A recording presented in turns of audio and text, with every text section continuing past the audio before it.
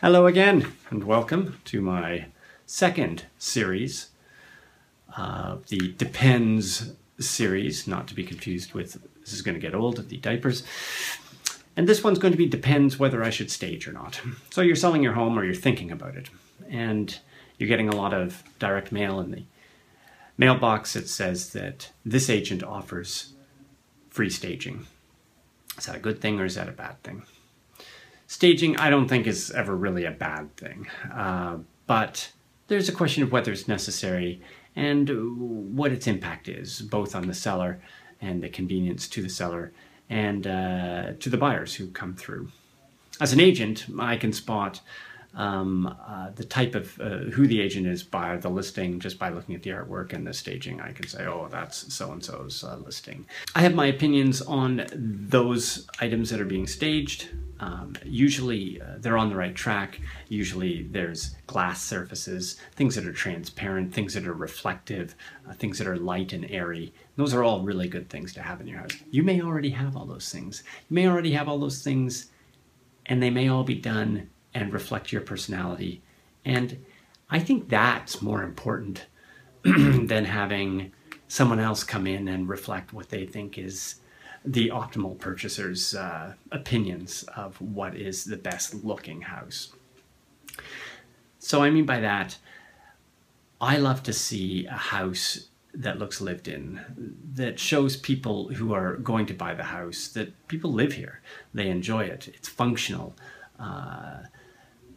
Whether they have style or not is not as relevant. It's about the charm that real life living brings to a house, the warmth. And sometimes staging can chill that. And so I'm very wary about it. Quite often I mix the seller's home items with staging items. I always bring in a guy named Alex Fida, who is a good friend of mine and an interior designer. He also owns an inn in Prince Edward County, Angelines. You should go there, it's fantastic. We got married there. And I think that he does a great job because we try and use what's there. We try and not go too crazy. And we try and make it, I don't want to say funky, but funky.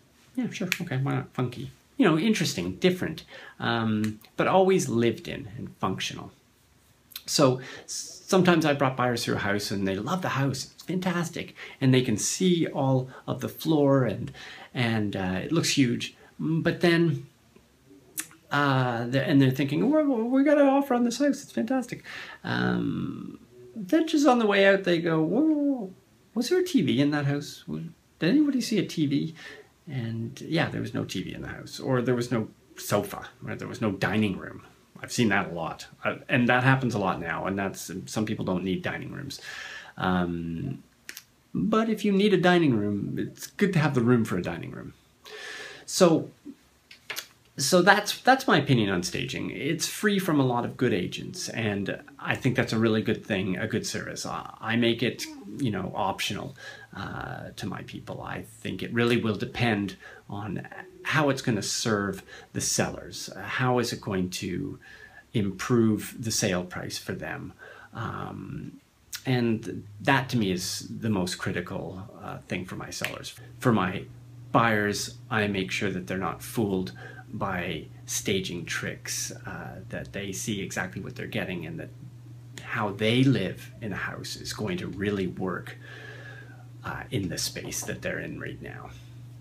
So a few takeaways right now for you guys who are contemplating selling your house and haven't decided on an agent. Picking an agent for staging is not a great idea. Just because they offer free staging doesn't mean necessarily that they're going to provide you the finest service. They may, but they may not. Staging is one service that's offered. And what's more important is for you to declutter the house, obviously. And when I say declutter, I mean really declutter. So you need to have a lot of open space. And that may also mean culling some furniture. Lazy boys, large, chunky furniture, not so good.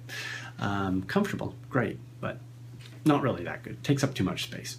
What else do I have? I mentioned, you know, keeping furniture that has glass surfaces, things that when you look in, you can kind of see floors and corners and edges.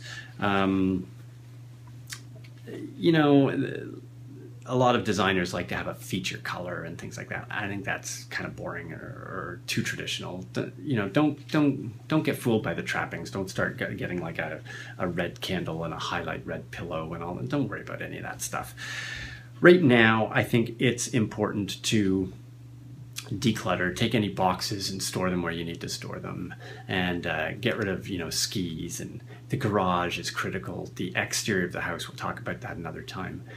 And then many people will say depersonalize. And I want to say, be careful about depersonalizing. Some personal things really lend to that character and charm of a property and help people feel like they can move into it with their family. So, you know, sure, if you're skydiving naked and you've got a picture of that in a 4x4 backlit, framed, you know, whatever, just don't do it. You know, obviously, be careful.